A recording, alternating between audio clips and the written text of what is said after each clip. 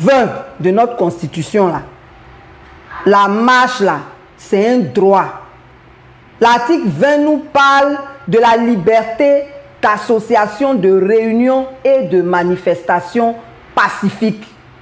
Je n'ai vu nulle part que ces camarades qui ont marché là étaient armés.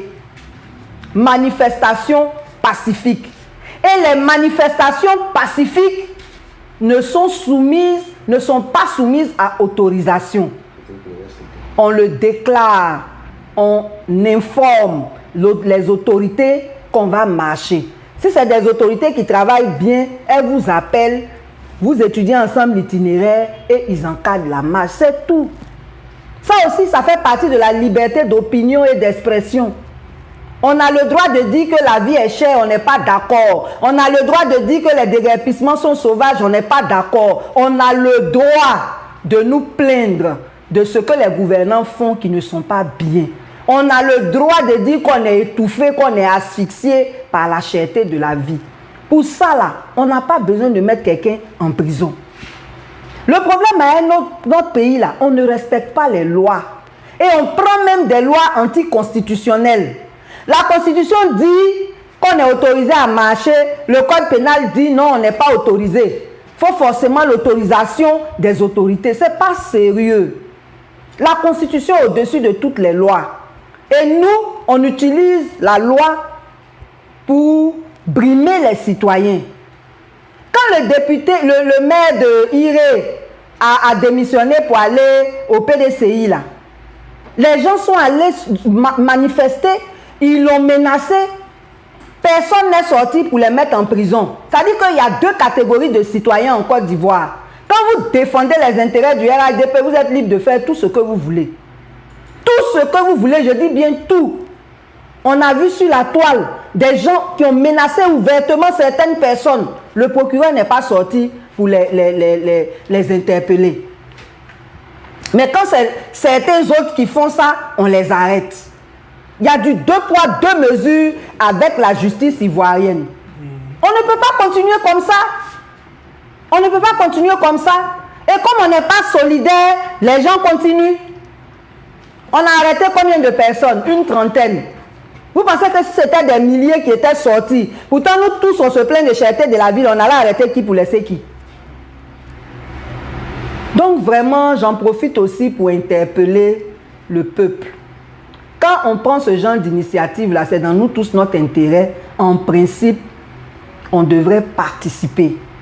Et quand les gouvernants vont voir que le peuple est solidaire sur ses conditions de vie, ils seront obligés de prendre des décisions pour alléger la cherté de la vie.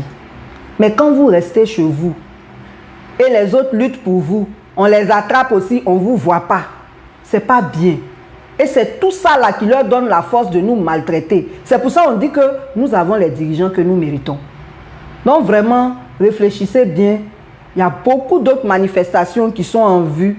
Il faut que nous soyons solidaires. Tant que nous ne serons pas solidaires, ceux qui lancent ces manifestations seront arrêtés et nous, on va continuer à nous maltraiter de plus en plus. Ça nous permet d'aller encore sur cette affaire d'augmentation des prix au port. Même si on dit, c'est dans quel pays on est? La dernière fois, c'était le 17 septembre, mardi 17 septembre. On vous avait dit que le 5 septembre, il y a des coûts, des taxes qui ont augmenté au port, allant du simple au millième. Comment on peut faire une augmentation aussi sauvage de 15 000 à 150 000? Le 18, eux-mêmes, ils ont retiré encore leur décision. Ce que nous voulons dire par rapport à tout ça, là, c'est que ça ne donne pas une bonne image de nos autorités. Parce qu'ils sont en train de montrer qu'ils ne savent même pas ce qu'ils font. Normalement, là, avant de prendre une décision, on l'analyse avec tous les techniciens et on analyse aussi ses impacts avant de l'annoncer. Le 5, vous annoncez que vous augmentez les taxes, vous donnez des arguments et le 18, ces arguments ne sont plus valables. On n'est pas contre le fait qu'on ait retiré, hein, c'est très bien. Mais on est en train de dire que ça ne fait pas sérieux. Ça veut dire que vous prenez vos décisions sur de mauvaises bases. Et vous vous rétractez sans honte. Ça a été la même chose pour l'exportation des produits vivriers. Le 15 janvier, on nous dit que oui, on interdit l'exportation des produits vivriers parce qu'en saison sèche, les approvisionnements baissent et ceci et cela, ce qui n'est pas vrai d'ailleurs. Saison sèche là n'est pas finie. 2 mois plus tard, on retire. Il faut que le gouvernement apprenne à travailler. Si vous ne savez pas travailler là, appelez-nous. Nous là, on a travaillé au Bénet, planification, aux décisions, tout ça là, on sait comment on fait pour prendre. On va venir vous aider. Parce que ce que vous faites là, ça fait honte. Aujourd'hui, vous dites quelque chose, demain, vous dites autre chose, ça ne fait pas sérieux. Et ça montre que quand vous prenez votre décision là, vous ne pensez pas au peuple. Quand le peuple se plaint, vous retirez. Si le peuple ne dit rien, ça reste. Il y a un problème. Il y a un problème. Si vous avez vraiment été élu, c'est le peuple qui vous a mis là. C'est au peuple que vous êtes redevable. Et c'est pour le peuple que vous travaillez. Vous ne pouvez pas prendre des décisions contre le peuple indéfiniment. Et c'est ce que vous multipliez, les décisions contre le peuple. On arrive, on a parlé tout à l'heure d'affaires de Bonon. Donc, on a appris aussi un détournement au PARU, le projet d'assainissement et de la résilience urbaine. Plus d'100 de millions. On dit même qu'il y a un qui est en cavale. Ça là, ça va arriver où? Plus que ça là, même les gens ont volé ici, on n'a rien dit. On nous annonce, les fuites font qu'on est informé. Mais après là, il n'y a plus de décision. Et c'est sur ce dossier-là, on attend la haute autorité de la bonne gouvernance.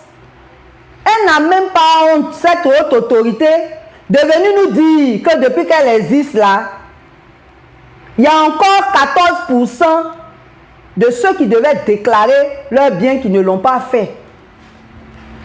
Vous n'avez pas honte de venir nous dire ça. Si on était dans un pays normal là, tu n'as pas déclaré tes biens là, tu ne prends pas fonction. Et depuis vous existez là, vous allez venir dire oui, en 2023 on était à 83%, cette année on est à 86%, genre vous avez trop travaillé. C'est une situation qui ne devait même pas exister. Parce que les gens devaient déclarer leurs biens avant de prendre fonction. On a vu pour le président sénégalais, là, ça a été publié partout. Ce qu'il gagne, ses dettes, tout, il a tout mis sur la place publique. Franchement, respectez-vous. Si vous ne vous respectez pas là, respectez-nous. Parce qu'il ne faut pas donner des informations pour donner des informations. Vous-même là, vous vous trahissez dans votre mauvaise façon de travailler. Et c'est dommage. Et c'est tout ça là, on doit regarder pour voter en 2025. Vous qui votez, parce qu'on vous a donné pain, riz, huile là, ça doit cesser. Tu prends pain, tu prends riz, tu prends huile et puis après on vient casser ta maison. C'est tout ça là, il faut regarder pour voter en 2025.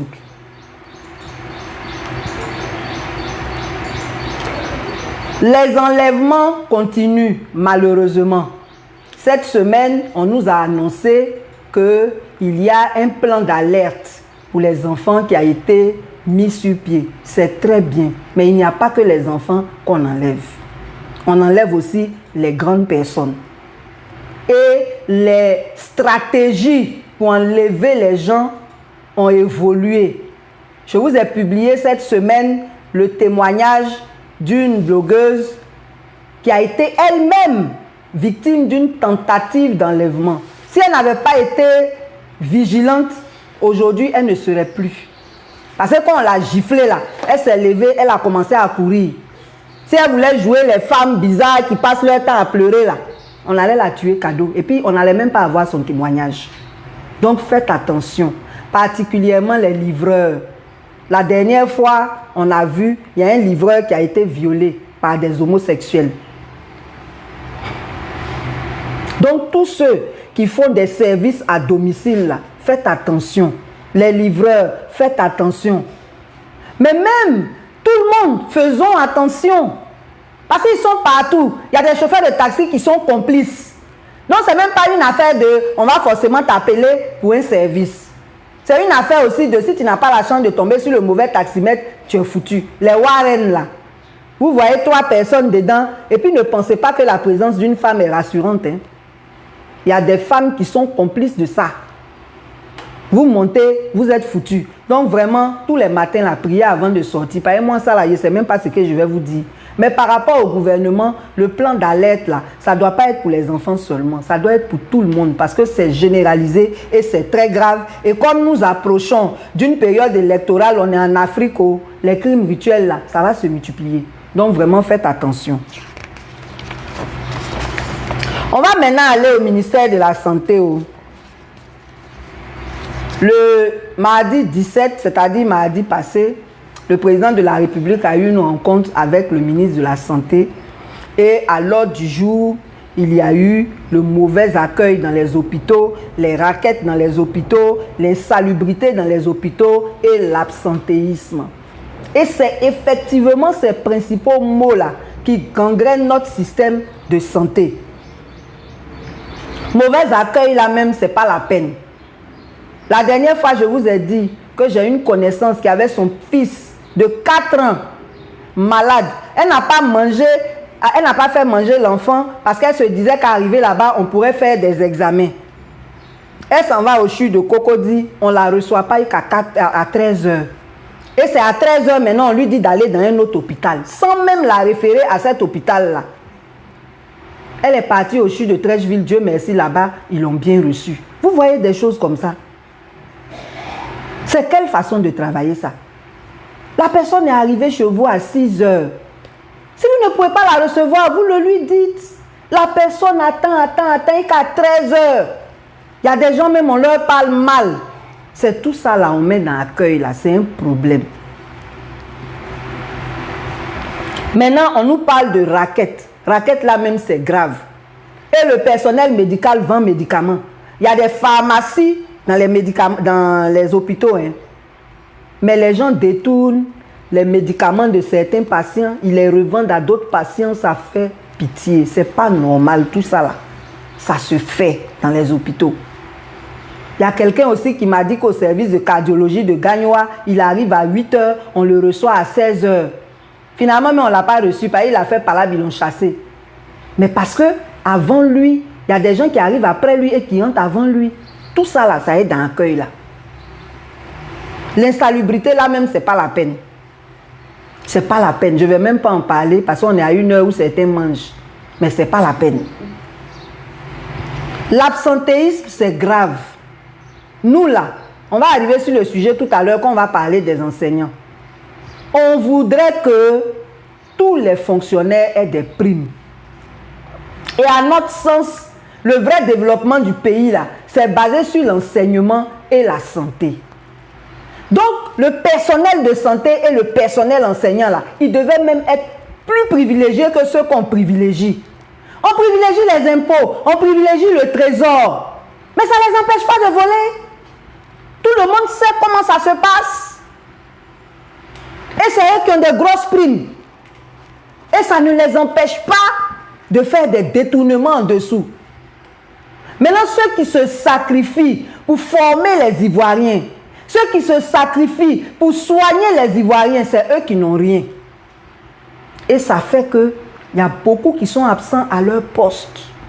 Et ça cause des préjudices aux populations. Il y en a qui ont leur poste à l'hôpital, ils sont dans les cliniques. Il y en a même là, ils sont partis passer le concours de santé là, parce qu'il n'y a pas travail. Ce n'est pas par vocation, donc à la limite, ils s'en foutent.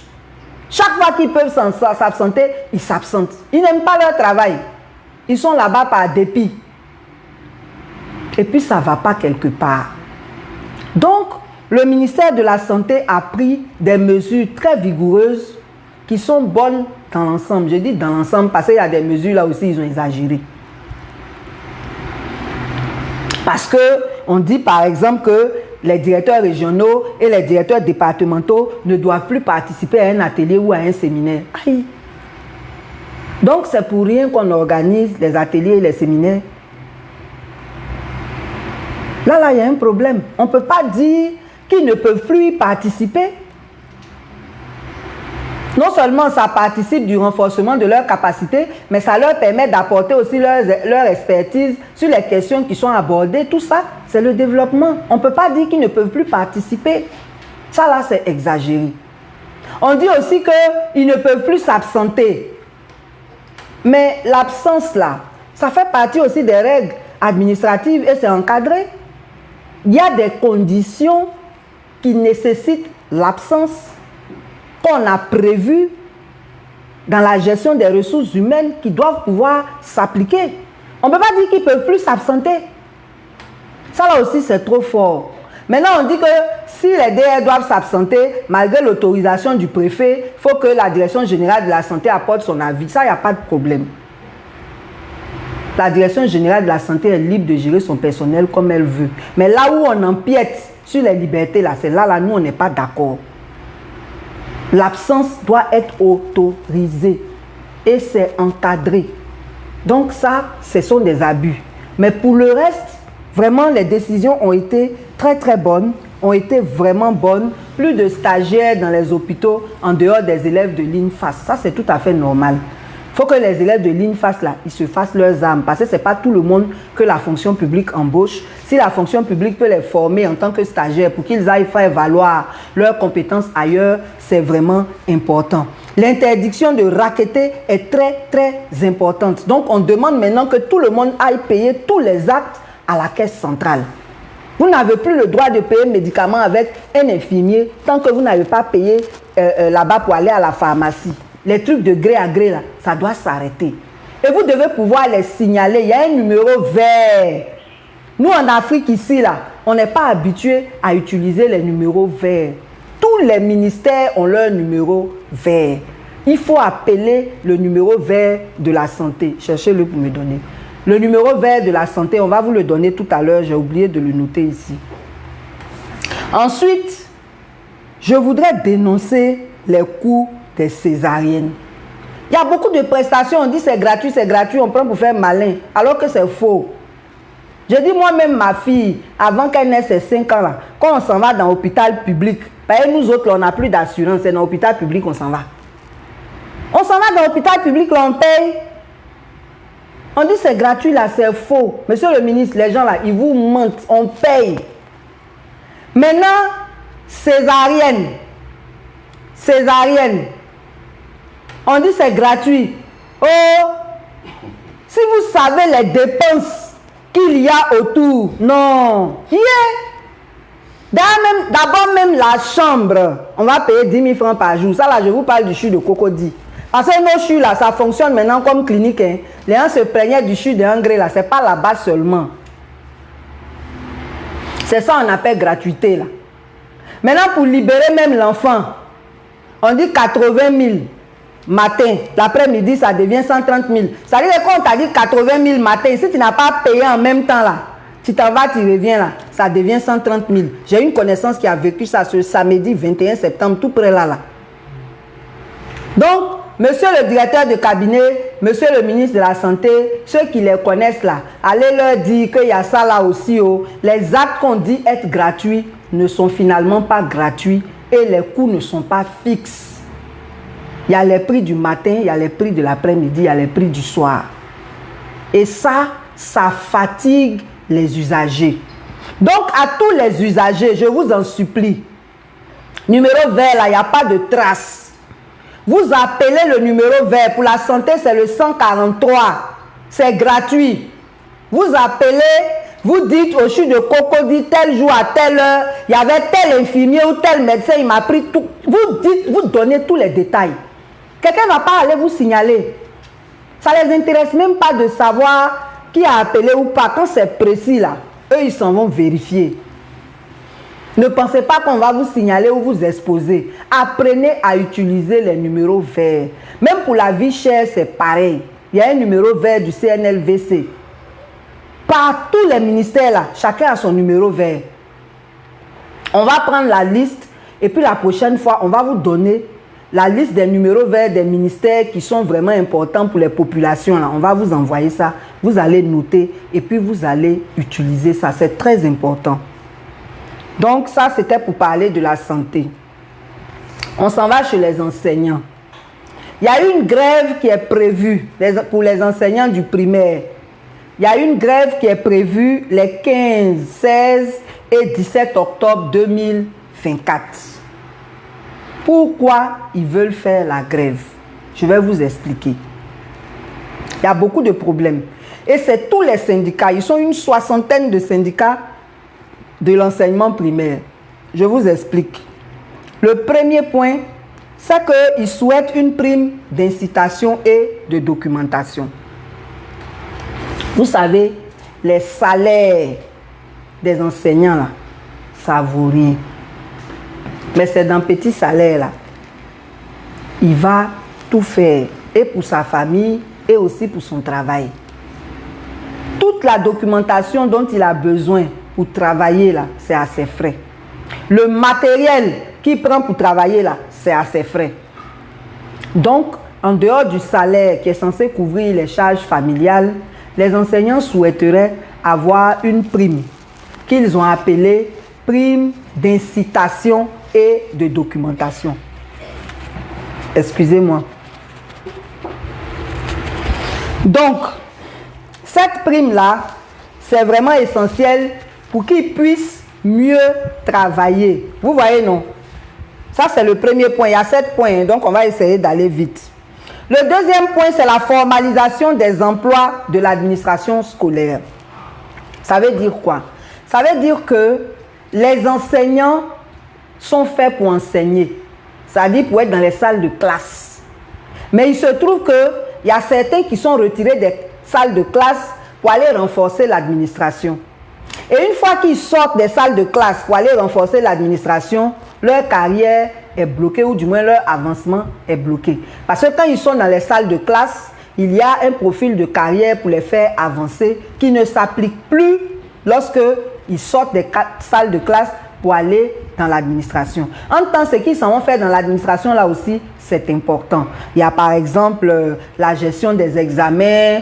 Parfois, ils apportent un appui aux ressources humaines. Dans tous les cas, il y a ce problème-là. Donc, ceux qui vont dans l'administration, là, il faut leur définir un profil de carrière spécifique qui leur permette de ne pas perdre lorsqu'ils sortent des salles de classe. Le troisième problème, c'est la promotion des instituteurs adjoints. Depuis 2019, le ministère de l'Éducation nationale a institué un nouveau travail, un nouveau métier qu'on appelle instituteur adjoint. Et ils ont mis ça au niveau BEPC. En tant que nous tous, on connaît le niveau BEPC d'aujourd'hui, là, ce que c'est. Normalement, là, quelqu'un qui a un niveau BEPC, là, il ne peut pas aller enseigner. Normalement. Donc, ils ont fait ça parce qu'il y a eu un moment là où il y avait une grève. Il y avait une grève des enseignants et le ministère a préféré faire un bras de fer. C'est comme ça qu'ils ont créé les histoires de contractuels, ils ont créé plein de choses qui n'arrivent plus à gérer. Donc, les instituteurs adjoints, là, c'est 5000 personnes par an qu'ils recrutent. Et vu leur niveau, pour les faire avancer, pour les faire devenir instituteurs pleins, sans même les former, on institue simplement un concours. Et ce concours-là, sur 5000, là, on prend 1000 personnes. Mais les 1000 même qu'on prend là, on ne les forme pas. Hein. C'est juste pour les faire avancer. Donc, il y a un double problème. Le premier problème, c'est que ce n'est pas normal qu'on veuille faire passer quelqu'un d'un niveau à un autre sans les former, puisqu'ils ne sont pas rentrés de façon réglementaire, ou du moins de façon normale. Les vrais instituteurs, là, on les forme dans les CAFOP. Ceux-là, on les prend comme ça, ils passent concours, et puis on s'en va les déposer dans les écoles. On ne les forme pas. Donc, il y a un problème de formation qui est là. Ce qui fait que ceux qui font la grève, là, ils ont proposé 2 choses. Ils demandent qu'au moins la moitié soit formée. Et que l'autre moitié, là, ça ici, on ne peut pas former tout le monde. L'autre moitié, là, non seulement on augmente le nombre d'admis, mais pendant les vacances, on leur fait un renforcement spécial. Vous savez que c'est les seuls fonctionnaires qui ont de longues vacances, puisque leurs vacances est arrimée aux vacances scolaires. Donc, pendant les vacances scolaires, là, eux, là, on les forme pour les rendre meilleurs à la rentrée. Donc, ce n'est pas vraiment quelque chose qu'on devrait demander, mais comme chez nous ici, on doit tout demander là. C'est une des revendications qui est là. La 4e revendication, c'est la revalorisation des primes des examens à grand tirage. Vous savez que pendant les examens à grand tirage, le CEP, le BEPC et le bac, il y a des enseignants qui sont mis à contribution dans tout le dispositif, mais surtout pour corriger. Et donc, ceux qui corrigent là, la prime est insignifiante. Il y a certains même là où ils viennent pour aller corriger là. Prime qu'on leur donne là, ça ne rembourse même pas le transport de ça. Ça veut dire qu'il y a un problème. Vous arrivez, on dit 500 francs la copie et il y a 3 corrections. Mais si on t'a donné 10 copies, ce n'est pas 5000. Ça peut faire quoi? C'est-à-dire les copies ne sont pas là comme ça et puis les enseignants viennent, quand ils finissent de corriger, on compte. Non, non. On appelle tellement d'enseignants que finalement, ils se retrouvent avec très peu de copies et donc la prime qui suit n'est pas suffisante. Donc, eux, ils demandent que ces primes-là soient revalorisées pour qu'ils soient motivés à corriger. Moi, je vais ajouter que, en plus de revaloriser les primes-là, il faut qu'on puisse aussi et surtout les trucs, comment on appelle ça? Les payer rapidement. Voilà. Parce que quand ils finissent comme ça, là, pour les payer après, c'est tout un problème. Revendication sur revendication. Parfois même, ils sont obligés de menacer de faire grève avant qu'on ne paye ces primes-là. Alors que tout ça, là, c'est budgétisé. Vous envoyez l'argent là où? Et puis, vous ne pouvez pas donner ça immédiatement. Ça veut dire qu'ici, là, on veut profiter sur tout. L'argent là peut être là. Hein. Quelqu'un va prendre, il s'en va faire placement avec. Tant que lui n'a pas encore eu ce qu'il faut sur son placement là, on ne paye pas les gens. Ils font ça aussi sur les bourses, tout ça là. C'est comme ça qu'on est dans ce pays-là. Donc, on poursuit. Hein. La 5e revendication. La 5e revendication, c'est les ponctions démesurées qui ont été faites en 2019 et en 2020. Avant que la ministre Mariatou Koné n'arrive, en 2019, il y a eu une très grave crise entre les enseignants et le ministre de l'Éducation nationale. Et c'est ce qui a fait qu'il y a eu justement ce problème d'instituteurs adjoints, de contractuels dont on a parlé tout à l'heure. Et pendant cette période-là, on a fait des ponctions démesurées sur les salaires des gens. Chez nous, ici, là, tout est démesuré. Quelqu'un fait grève 3 jours, on bloque son salaire d'1 mois. Quelqu'un fait grève 2 jours, on bloque son salaire de 2 mois. C'est ce qui s'est passé. Et jusqu'à présent, on n'a pas remboursé l'argent des enseignants. Là. Eux, ils demandent leur argent. C'est trop facile. Donc, c'est la 5e revendication. Il est important de savoir que, pour voir à quel point c'est sauvage là, il est important de savoir que, en matière légale, on ne peut pas prélever plus du tiers du salaire de quelqu'un. Quand on fait un prélèvement, le reste là, ça doit permettre à la personne de vivre décemment. Donc ça là, ça est dans la loi. C'est pour ça que quand vous partez à la banque, on vous parle de quotité cessible. La quotité cessible ne dépasse pas le tiers du salaire. Et donc, le prélèvement que la banque doit vous faire par rapport au prêt que vous lui demandez là, ça doit entrer dans cette quotité cessible. Mais l'administration publique, qui est censée elle-même appliquer la loi, plus que les privés là, c'est elle qui se permet de tels débordements. 3 jours de grève, 1 mois de salaire. La 6e revendication, c'est la modification de l'arrêté plutôt 0041. L'arrêté 0041 avait été pris sous la ministre Kandia pour empêcher les gens d'exercer la liberté syndicale. Et c'était spécifiquement adressé aux directeurs d'école. C'est-à-dire que quand tu veux être directeur d'école, là, il y a un papier qu'on te fait signer pour dire que tu renonces à ton droit syndical. Donc, on empêchait les directeurs d'école d'être syndiqués, ce qui n'est pas normal. Donc, il y a eu un nouvel arrêté qui a été pris, l'arrêté 251, dans lequel ça, là, ça ne figure plus. C'est une très bonne chose. Désormais, tous les travailleurs, tous les enseignants, tous les directeurs peuvent être syndiqués. Ça, c'est très bien. Mais le problème qui est dedans, c'est qu'il y a une nouvelle commission dans cet arrêté-là qui est chargée des nominations et des revendications où les syndicats sont en tant qu'observateurs. Pourquoi? Les syndicats représentent les travailleurs. C'est au titre des travailleurs, donc des enseignants pour ce cas d'espèce, qui sont dans cette commission. Par rapport à quoi ils devraient être observateurs? Ça, c'est une entrave à leur liberté d'expression. Donc, on veut dénoncer cela et c'est ce que les syndicats dénoncent. Le 7e point, on en a déjà parlé ici plusieurs fois, c'est le financement des établissements.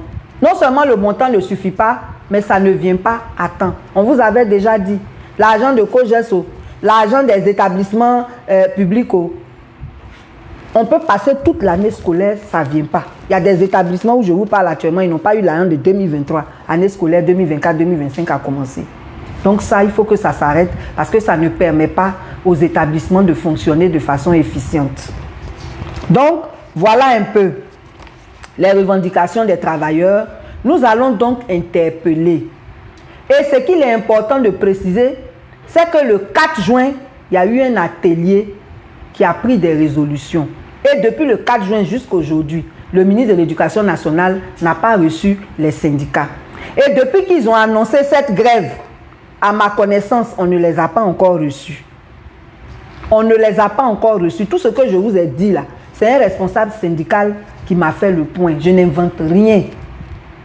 Alors qu'ils s'attendent à un atelier de validation des décisions qui ont été prises. Le ministère de l'Enseignement technique a déjà fait son atelier de validation en mars 2024. Et c'est en août 2024 que l'atelier de validation pour l'éducation nationale devait être fait. Ça n'a pas été fait. C'est pour ça que les gens ont décidé de cette grève. Donc, les centrales syndicales, soyez utiles pour une fois. Parce que vous, depuis qu'on vous donne 800 millions là, vous ne défendez plus les travailleurs, vous êtes assis, on ne sait pas ce que vous faites. C'est le 1er mai, vous faites semblant de venir faire des revendications et puis après vous vous asseyez. Voilà une grève qui pourrait menacer l'année scolaire.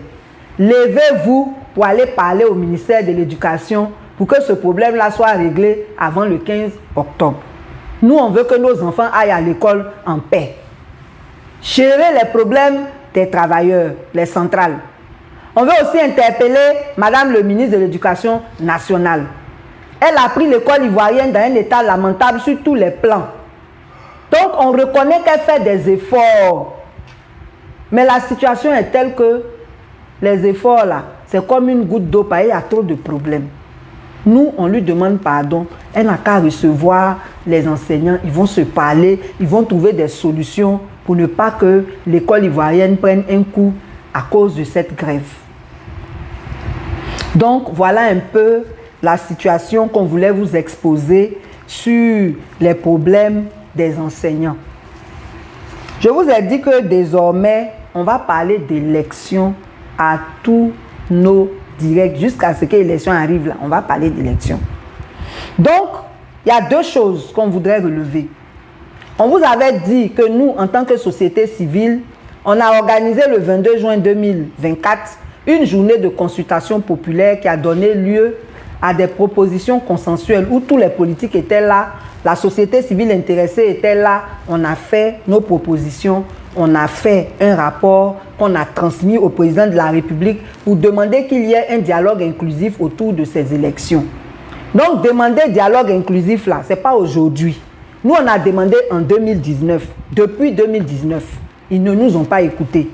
Le président Bédié, paix à son âme, a demandé depuis 2022 que le dernier dialogue politique est fini. Il a dit qu'il faut un dialogue national inclusif pour dire que tout le monde n'était pas impliqué et sincère. Pour dire que depuis on fait les dialogues là, on n'est pas sincère. Parce que les résolutions des dialogues là, c'est jamais appliqué. On ne l'a pas écouté quand il est parti. Donc quand nous on a fait là, on a demandé encore dialogue inclusif pour qu'ils discutent avec tous les acteurs sur les problèmes qui ont été soulevés. Le NGC aussi a organisé un groupement. Eux aussi, ils demandent le même dialogue inclusif, le même dialogue politique. C'est dit que c'est essentiel. C'est dit que c'est essentiel. Quand on gouverne là, on écoute et l'opposition et le peuple. Donc nous, en plus d'avoir organisé cette journée, on a décidé de créer un comité de réflexion. Comité de réflexion pour des élections inclusives, transparentes et apaisées. Sur la base de l'article 19 de notre Constitution, même si on ne respecte pas la loi dans notre pays, on le relève. Sur la base de l'article 19 de notre Constitution, là, il est de notre droit de nous mettre ensemble pour réfléchir sur notre pays. Donc, la coordination du CRETASI est dirigée par la société civile parce que c'est une initiative de la société civile. La société civile ne veut plus être le faire-valoir des politiques. En tout cas, nous, là, on n'entre pas dans cette logique de faire-valoir. Donc, on a créé notre comité de réflexion. Et ce comité de réflexion-là a mis sur pied un organe consultatif où il y a les politiques, où il y a tous ceux qui sont ni chez les politiques, ni la société civile qui pensent qu'ils ont des choses à apporter. Vous nous contactez, vous allez rentrer dans l'organe consultatif pour que, quand nous, dans la coordination, on réfléchit à quelque chose, on vous soumette ça, que vous donniez votre avis avant qu'on le transmette aux autorités, au pouvoir public, puisque c'est eux qui décident. Voilà l'initiative que nous avons prise. Et le 19 septembre, on a lancé cet organe. Si ça vous intéresse, vous nous contactez. Pour l'organe consultatif, on demande à chaque parti politique de nous envoyer un responsable de la société civile et un responsable des élections. Parce qu'il s'agit d'élections et il s'agit aussi de société civile.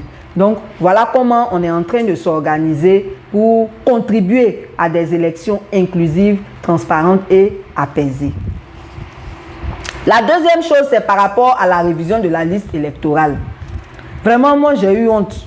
Quand j'ai vu sur TV5, comment le président de la CEI a répondu à la simple question de la révision annuelle de la liste électorale.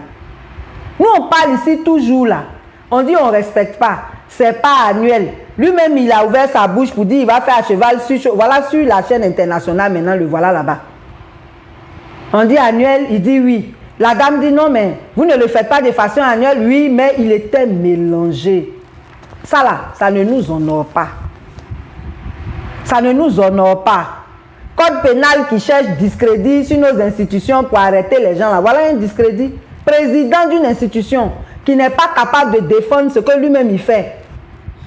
Dans tous les cas, par rapport à la révision de la liste électorale, nous revenons sur notre revendication et nous reviendrons dessus jusqu'à ce que le pouvoir public nous montre qu'ils ne sont pas là pour écouter ce que le peuple demande.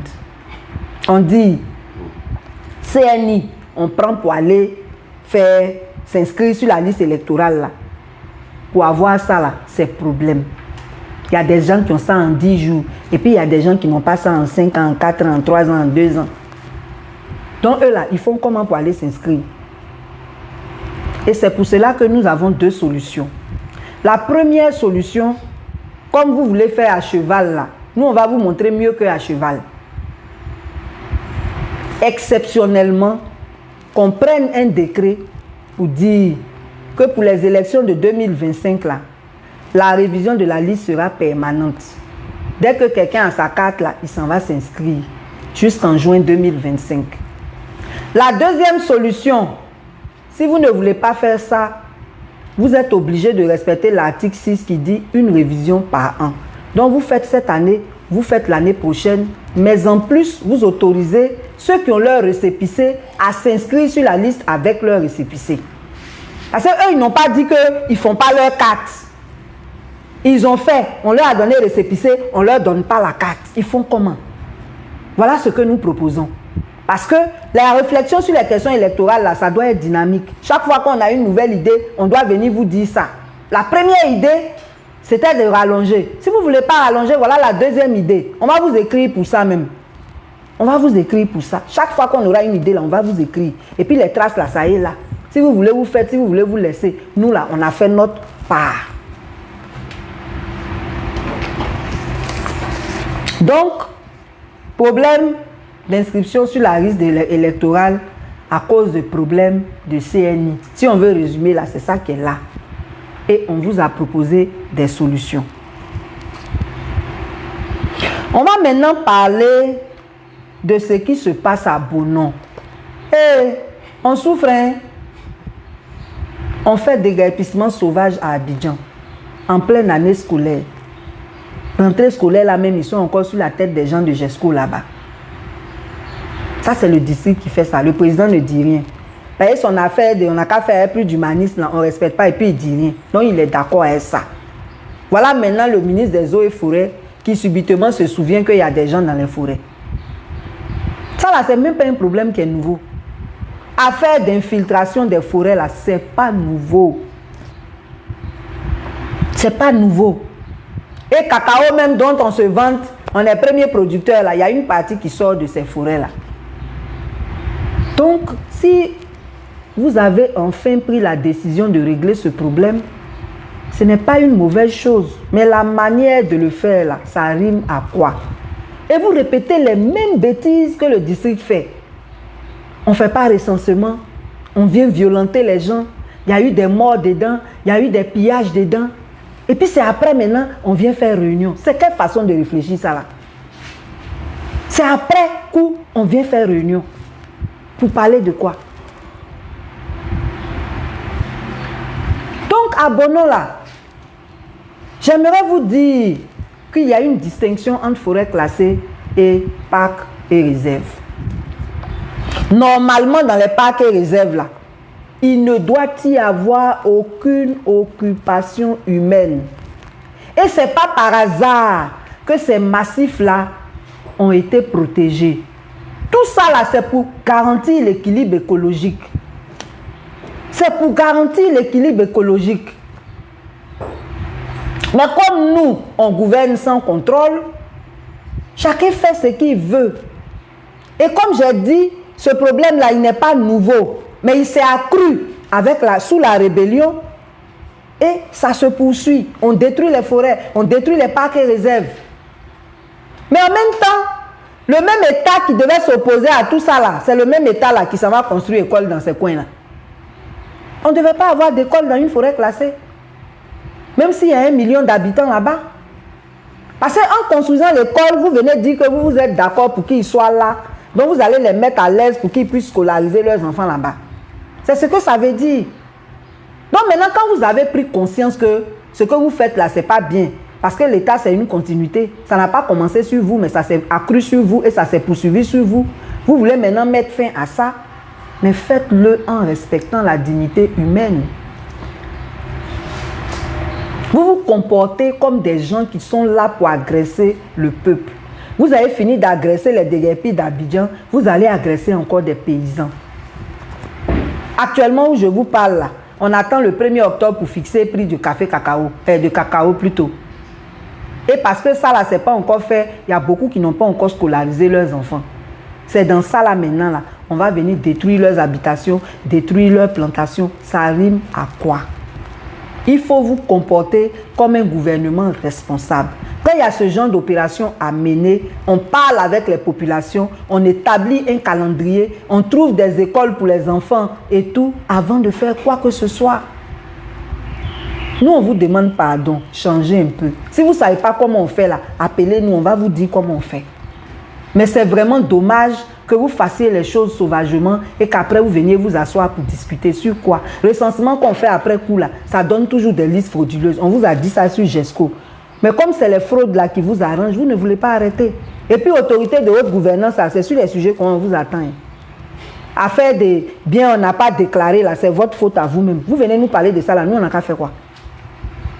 Insistez pour que les gens déclarent leurs biens avant de prendre fonction, c'est tout.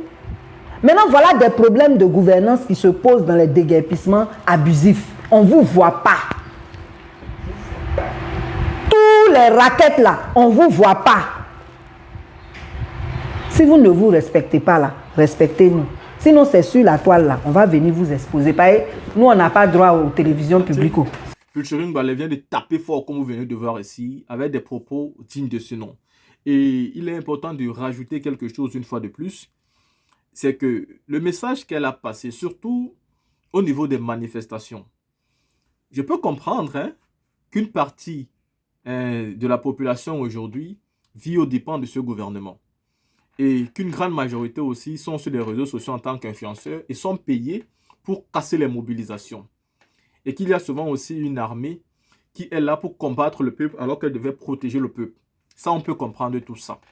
Mais on sait que les pauvres sont une majorité en Côte d'Ivoire et dans tous les pays du monde, les pauvres sont une majorité. Les riches sont souvent autour de 6 à 7%. La classe moyenne tourne souvent autour de 30 à 32% et le reste de la population ne sont que des pauvres.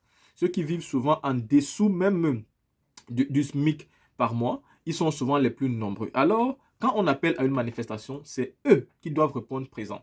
N'attendez pas que la classe moyenne vienne parce que la classe moyenne se croit riche. Et souvent, la classe moyenne veut même vivre plus que les vrais riches. C'est eux qui se montrent, c'est eux qui la pètent, c'est eux qui lavent les mains avec des champagnes, c'est eux qui font croire aux gens que la vie est facile. Et pourtant, les vrais riches, eux, ils cachent leur argent. Vous constatez vous-même par leur manière de vivre, mais ils ne se la pètent pas. Ils ne font pas croire aux gens qu'ils ont le ciel, la terre. C'est la classe moyenne qui se tape. Donc n'attendez pas que la classe moyenne vienne vous aider et les riches encore moins. Parce que les riches ont peur. Si un système change, ils pensent que les impôts, la TVA, tout ceci peut être taxé de manière à leur déstabiliser. Et pourtant, c'est important de taxer très chèrement les riches parce que les richesses doivent être redistribuées. Vous ne pouvez pas retirer un grand max à ceux qui n'en ont pas et retirer beaucoup moins à ceux qui en ont déjà. C'est ce qui n'est pas normal et du coup, les riches sont aussi là pour tout faire pour que les manifestations n'aient pas lieu. Et c'est en ce moment où je dis souvent que seuls ceux qui sont véritablement pauvres qui doivent descendre dans les rues et faire comprendre leur voix. Car la première souffrance est la vôtre, est la nôtre. C'est nous qui subissons, c'est nous qui devons descendre. Maintenant, quand les gens appellent aux manifestations et que vous ne vous levez pas, eux, ils se lèvent de bon cœur. Ils partent et se font arrêter. Ils sont condamnés à 6 mois de prison, d'aucuns avec des amendes d'argent à n'en point finir. Et vous restez dans votre coin, tranquille, sans rien faire, sans vous lever. Est-ce que c'est comme ça que viendra le changement? Il ne faut pas toujours attendre que ce soit les hommes politiques qui appellent. Il faut souvent vous lever quand la société civile appelle. Parce que la société civile est là pour se battre pour vous. Il ne faut pas être ce peuple inconscient. Donc, quand on appelle à se mobiliser, à sortir pour son propre bonheur, c'est lui-même qui se moque de sa propre situation et se moque même surtout des gens qu'on arrête pour envoyer en prison, alors que ces gens-là sont ceux qui se sont battus pour que vous puissiez avoir une vie meilleure. Pensez-vous que si les pères fondateurs ne s'étaient pas battus pour l'indépendance de nos différents pays, nous serons aujourd'hui indépendants, même comme cette fameuse indépendance ne nous arrange pas parce qu'elle est encore caduque, parce qu'elle n'est pas véritablement complète et elle n'est pas sincère. Dans le fait qu'on ne peut pas encore prendre nos propres décisions, dans les prix par exemple du cacao, il faut encore qu'on soit taxé, alors que c'est nous-mêmes qui devons taxer. Donc la team, vous venez d'écouter Pushing dans l'intégralité, mais j'ai commenté un seul sujet qui pour moi est le plus important, car les mobilisations arrivent. Il faut que le peuple soit mobilisé. Dis-moi ce que vous pensez par rapport à cette vidéo.